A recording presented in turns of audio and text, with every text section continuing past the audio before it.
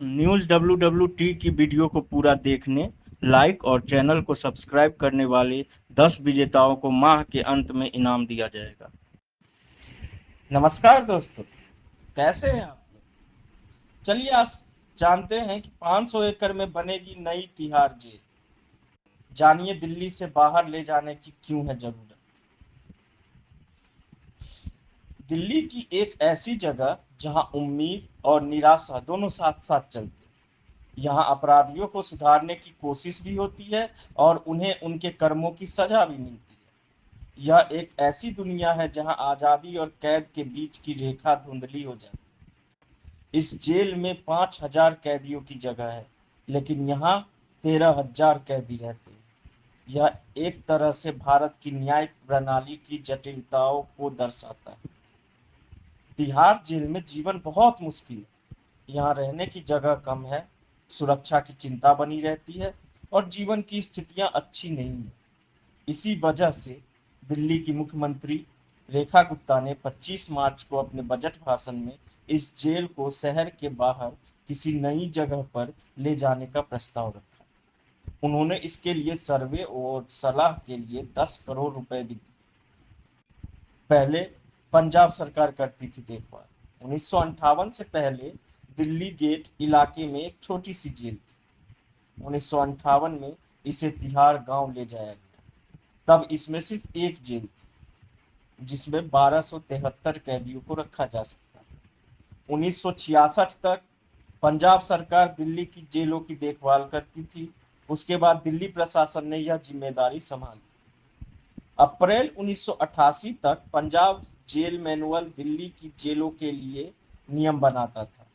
फिर Delhi jail manual लागू किया गया। तिहाड़ परिसर में अब हैं 9 जेल।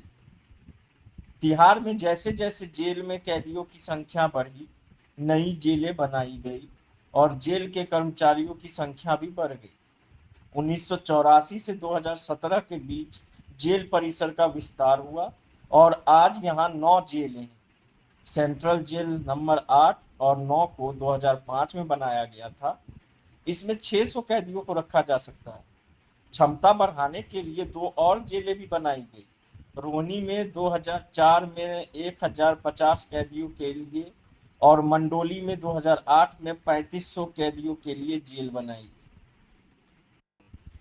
नई जेलों के बनने के बाद भी तिहाड़ जेल में भीड़ की समस्या बनी रही। यह जेल अपनी क्षमता से ज्यादा भर गई है। शहर के तेजी से बढ़ने और अपराध और आतंकवाद के बढ़ने से जेल और कैदियों पर बहुत दबाव पड़ा है। जेल में इतने सारे लोग एक साथ रहने से जेल प्रशासन को सिर्फ जेल से भागने का ही खतरा नहीं है। 1976, 1986 और 2015 में जेल से भागने की घटनाएं हुई, लेकिन आजकल सबसे बड़ी चिंता गैंगवार है। तिहाड़ जेल में अक्सर अलग अलग गैंग के लोग आपस में लड़ते रहते हैं। सुरक्षा में कमियों का फायदा उठाकर छोटा राजन, नीरज बबाना, दीपक बॉक्सर, योगेश टुंडा, दीपक करला, अंकेश लाकरा, रोहित मोई, मंजीत महल, इरफान छेनू और ज्योति बाबा जैसे गैंगस्टरों और यासीन भटकल और तहसीन अख्तर जैसे आतंकवादियों ने जेल में अशांति का माहौल बना दिया। यहाँ 2023 और 2024 की शुरुआत में सुनील ताजपुरिया और प्रिंस तेवेतिया नाम के गैंगस्टरों की जेल में हत्या कर दी गई। इससे पता चलता है कि सुरक्षा में बहुत बड़ी चूक हुई। ताजपुरिया ने जेल के अंदर से ही अपने दुश्मन जितेंद्र गोगी की हत्या की साजिश रची थी।